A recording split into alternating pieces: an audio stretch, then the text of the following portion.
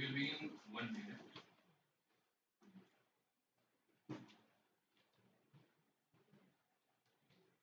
Internet नहीं चल रहा है क्या? देखो ना देखो ना रिकॉर्डिंग तो हो रहा है तो ठीक है शुरू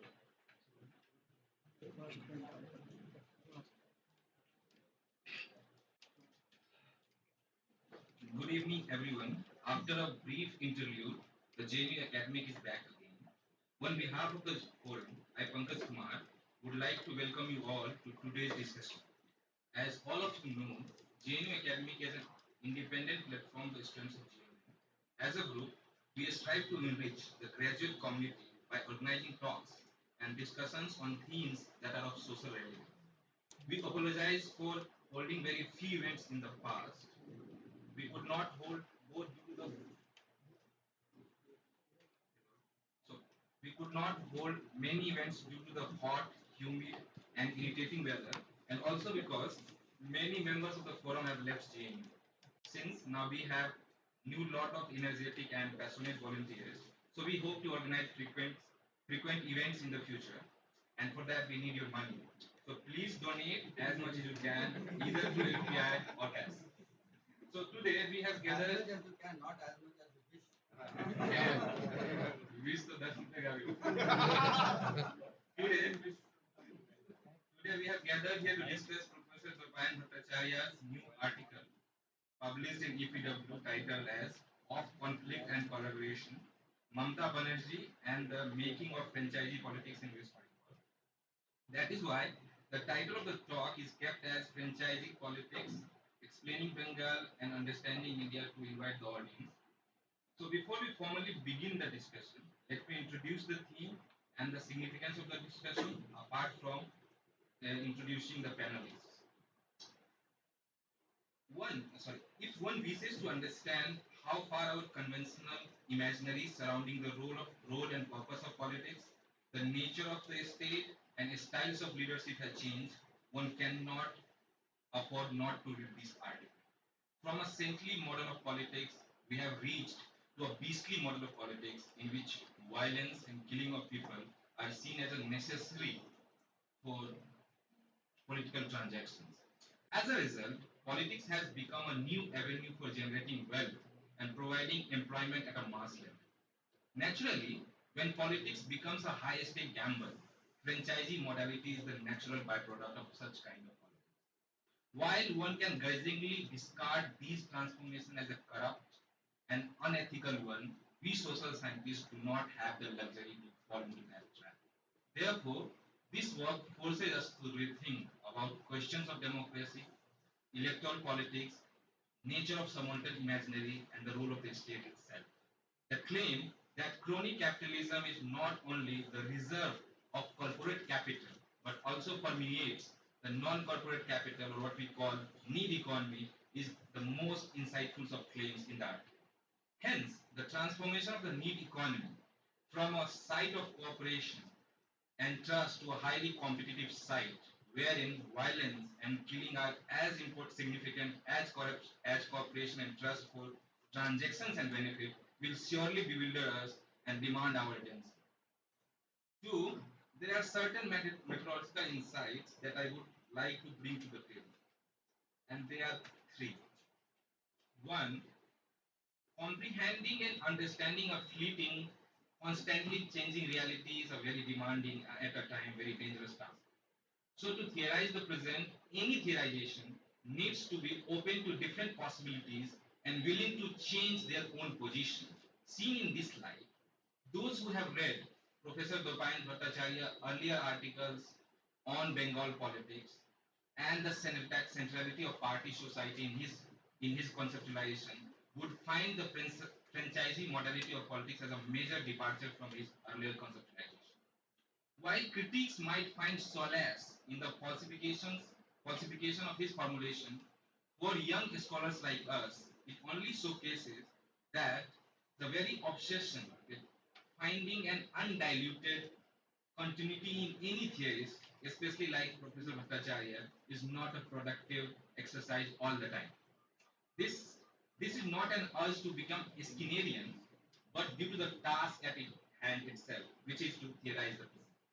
Secondly, the article manifests Dopin's rare ability to combine the ethnographic details with other equally essential data sets to arrive at a more plausible and holistic formulation. And third, related to the second one, it is a fabulous example of blending the structure with process with personality in a very complex way. It manifests that a solid theoretical exercise need to need to be beware of lapsing into binaries such as those of culture versus material, economic versus symbolic, social versus political, and so on and so forth. Instead, one needs to integrate them in a complex whole without losing the specificity and autonomy of each of these domains. Having said so, there are two central issues that the article for me gives rise to. One, is the franchisee model of politics compatible with our democratic commitments? Or is it the case that such transactional and extractive style of politics is itself a form of democratization, something akin to the democratization of corruption, the thesis of democratization of corruption, which commentators like Jeffrey Witso have propounded? In a word, what implication does the franchisee model of politics have for a democratic theory? And two, why are party and government so central for people of Bengal at a time when the neoliberal refashioning of the selves and the ideas about the legitimate function of the state appears to be completely transformed? Does the logic of survival still govern the franchisee politics, or is it more about seeking as much power as one can have? So, with this note, let me formally introduce our esteemed panelists for the day. Keeping in mind the dense discussion that is going to be followed, I have prepared the introduction, which is a bit, bit witty and humorous to make the audience comfortable. So please keep it in that spirit only.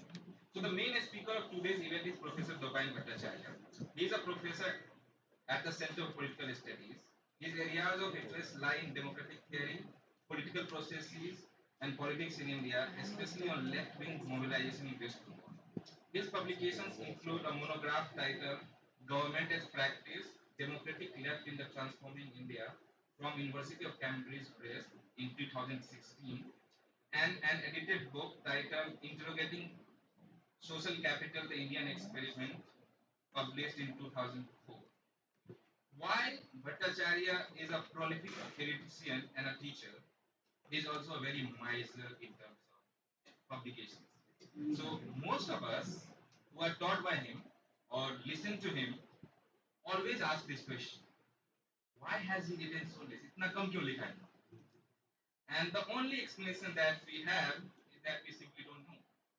So I think in each center of JNU, you will find such academicians who have written very less. So in that sense, while CHS had Niladri Bhattacharya, CPS had its own Bhattacharya. So the first discussion of the event is Dr. Ajay Ravarti. He is an associate professor at the Center of Political Studies, Jawaharlal Nehru University. His publications include Politics of Post-Civil Society, Contemporary History of Political Movements in India 2013, Maoism, Democracy and Globalization, Cross Currents in Indian Politics 2014, India After Modi, Populism and the Right 2018. His most recent book, which we discussed earlier from our forum, is Politics, Ethics and Emotions in New India. Dr. Gudavarti is known for his teaching and popular courses that he offers at the center, and his intervention in a public intellectual in a popular media. So very few public intellectuals in India write so frequently, so eloquently, and so provocatively as Ajay does. So while in the case of Professor Davapayan, writing less is a matter of discussion. In the case of it's quite the opposite. इतना कैसे लिख लेते हैं? कुछ छोड़ दो हमारे लिए. So, and the second and the last discussion of the session is Yeah, we have something for him as well.